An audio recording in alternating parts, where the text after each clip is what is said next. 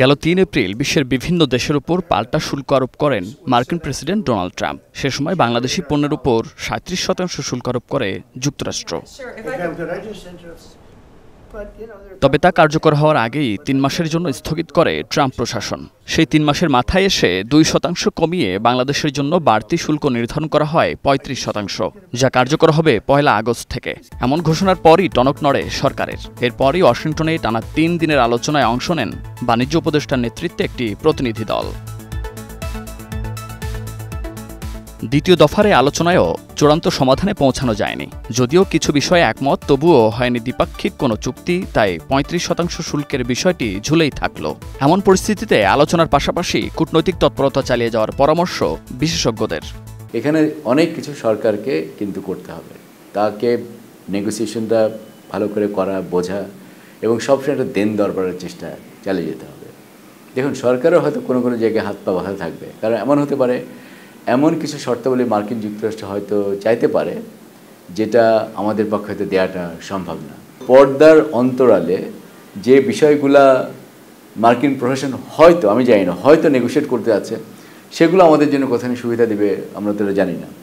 মনে রাখতে হবে যে দেখুন, পৃথিবীতে এখন জিও পলিটিক্যাল যে টেনশন এবং জিও পলিটিক্যাল যে কম্পিটিশন, সেটা কিন্তু আমাদের মতো দেশগুলোর জন্যে এই টাইপের নেগোসিয়েশনকে অনেক কিন্তু কঠিন করে ফেলেছে।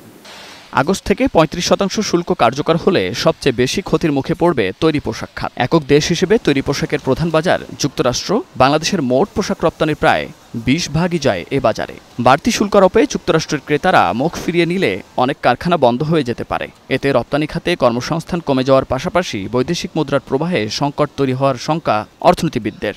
আমরা তো এখনো জানি না যে কি নিয়ে আলাপ আলোচনাটা হচ্ছে, আমরা কি অফার করছি, আমাদের কাছে কি চাচ্ছে। বাংলাদেশ অলরেডি অনেক কিছুই সেখানে মার্কিন যুক্তরাষ্ট্র যেগুলো বলেছে সেগুলো করেছে, অনেক পণ্যের উপরে শূন্য শুল্ক করেছে। সুতরাং এখন তারা আর কি চাচ্ছে, যেহেতু সেটা আমরা জানি না, সেহেতু আমাদের নীতি নির্ধারকদেরকেই ঠিক করতে হবে যে তারা আর কতটুকু ছাড় দিলে এই শুল্কটা অন্তত পক্ষে ভিয়েতনামের পর্যায়েও যদি আসতে পারে, তাহলেও আমরা একটা প্রতিযোগিতা করার মতো অবস্থা থাকব। কিন্তু ভিয়েতনামের সাথে 15% বেশি শুল্ক দিয়ে বাংলাদেশের প্রতিযোগিতা করা খুবই দুরূহ হবে।